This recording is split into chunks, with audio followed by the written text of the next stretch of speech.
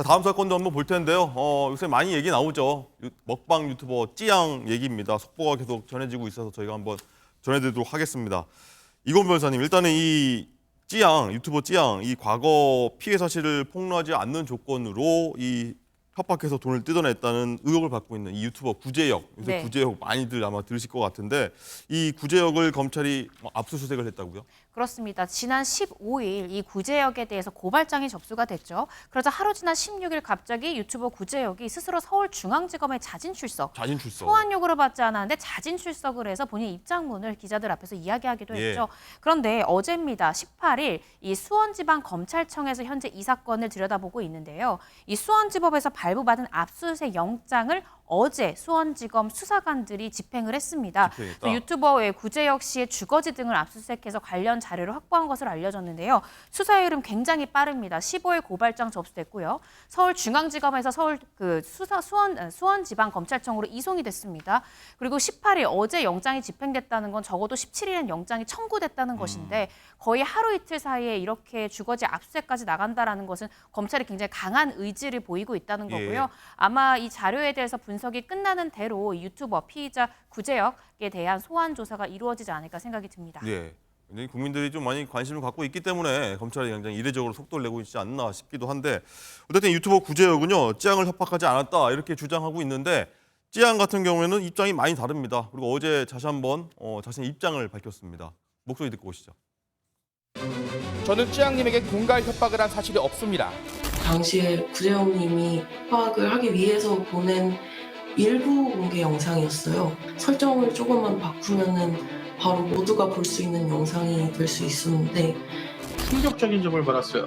무슨 내용이냐면 이제 찌양이 어떤 방식으로 얼마를 탈세했는지 아주 상세하게 적은 제보였습니다. 본인은 이메일을 보낸 적이 없다, 협박을 한 적이 없다라고 계속 주장을 하고 있었고 찌양님이 정말 협박을 당한 적이 없는데도 이런 억지 주장을 하는 것처럼 보여질 수 있을 것 같아서 고민 끝에 이제 오늘 자리를 마련하게 됐습니다.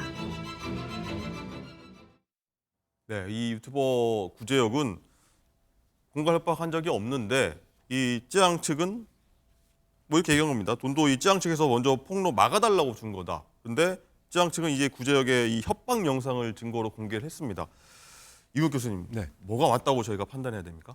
그러니까 결국은 이제 우리가 진실성, 이제 양심 뭐에 비추어서 판단할 수밖에 없는데 예. 결국은 이제 관련된 이제 뭐 증거 자료에 뭐 기초해서 판단을 해야 될 것 같고요. 일단 그 외관상의 모습을 보게 되면 그 사이버 레카의 여러 가지 속성들이 그대로 뭐 투영되는 것이 아니겠는가 뭐 이런 네. 생각을 지울 수가 이제 없고요. 왜냐하면 지금 찌양 같은 경우에서는 4년간의 그 교제 폭력을 겪었고 그것을 사실상 알리지 않으려고 하는 이런 그 상황에서 부득불 또 알리게 된 이런 모습도 분명히 있는 것이고요. 예. 결국은 이제 제가 봤을 때는 돈이 되는 이와 같은 비즈니스 구조로 사이버 레카들이 지금 활개를 채고 있는 이런 그 커다란 모습으로 봐야 된다. 네. 여러 가지 범죄가 그 중층적으로 있는 것 같습니다. 즉 교제 폭력에 대한 40억의 갈취 이것을 소위 말해서 또 다른 공동 공갈로 이루려고 하는 이러한 사이버 레커의 그 집단, 또 그 변호사도 신뢰를 저버리는 이런 모습들, 그 큰 틀에서 보게 된다면 마치 사회 정의를 위해서 일을 하는 것처럼 외양을 쓰고 있지만 결국은 이런 사이버 레카의 그 생태계에 마치 이른바 비유적으로 표현하면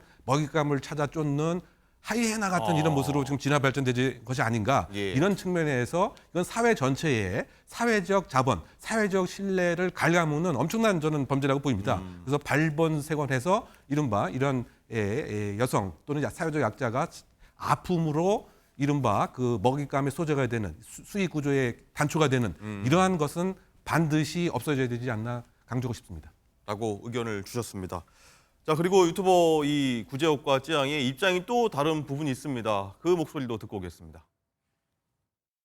찌양님 소속사에서는 저에게 제보자가 누구인지 찾아줄 것을 요청하였고 이후 작성된 계약서가 바로 문제가 된 리스크 컨설팅 용약 계약서였습니다. 저의 이러한 이중 스파이 활동으로 인해 이제 사실 뒤에 100배는 더 심한 내용이 있다고 하셔가지고 영상 내용에 그래서 이제 제가 알리기 싫었던 이야기들을 그걸 얘기하시는 것 같아서 제가 바로 이제 직원분들 통해서 연락을 하고 이제 PD님이랑 이사님이 이제 그때 구재영님을 만났었어요. 이제 그 후로 이제 좀 원치 않는 계약서를 쓰고 5,500만 원도 드리고 네. 무슨 이중 스파이 얘기가 나오고 제보자의 신상 얘기, 뭐 많은 얘기가 나오는데 이건 네. 변호사님 정리 좀 해주십시오. 그러니까 구재혁 씨의 입장은 이겁니다. 내가 협박 공갈한 적이 없다. 오히려 찌양이 이 제보자가 누군지 좀 나한테 알아봐 달라고 요청을 했고 네. 그 소속사와 원만하게 얘기를 해서 합의하에 체결한 계약일 뿐이지 내가 어떤 협박이나 공갈행위 한 적이 없다는 게 구재혁 씨의 입장입니다. 근데 이에 대해서 찌양은 그게 아니다. 그 공개한 어제 라이브 영상을 통해서 공개한 영상이 뭐냐면 이 구재혁이라는 유튜버가 이 찌양에 대한 탈세나 여러 가지 비리를 폭로하는 영상을 찍은 다음에 일부 공개로 했다는 거죠. 네. 이걸 보내면서 더 심한 게 있으니까 이걸 오픈하겠다라는 뉘앙스처럼 이제 입장을 물어본 것 자체가 그리고 나서 5,500을 얘기했다는 자체가 나는 줄 수밖에 없었다는 입장으로 좀 네. 갈리거든요. 그런데 이 부분에 대해서 이제 앞으로 수사가 될 것이니까 좀 지켜보면 좋을 것 같고요. 네. 충격적인 건 그 구재혁한테 제보했던 것이 다름 아닌 전 남자친구의 변호사였다라는 예. 점까지 찌양의 변호인이 폭로를 하면서 여러 가지 논란이 일파만파 퍼지고 있습니다. 이 변호사는 뭐 직업윤리 저버린 행동 아닙니까 그러면? 저버린 행동이 맞죠. 왜냐하면 전 남자친구가 의뢰인이라는 것인데 의뢰인에게 얻은 개인정보를 개인정보 처리자에 해당하고 비밀 의무를 가지고 있는 변호사가 이를 이용해서 돈을 요구하거나 어떤 금전적 혜택을 요구했다고 하면 당연히 윤리의식은 문제될 뿐만 아니라 공갈의 공범이 될 수도 있는 부분이 있습니다. 알겠습니다. 마지막으로 짧게 만약에 이게 협박한 내용 사실이라면 어떤 죄가 성립되고 어떤 처벌 받습니까? 공갈죄가 성립합니다. 이미 5,500만 원 받았기 때문에 유튜버 구재혁에 대해서는 5,500만 원 공갈 기수죄가 성립될 수 있고요. 이 해당 변호사도 이 행위에 가담했는지 여부도 아마 살펴볼 것 같습니다.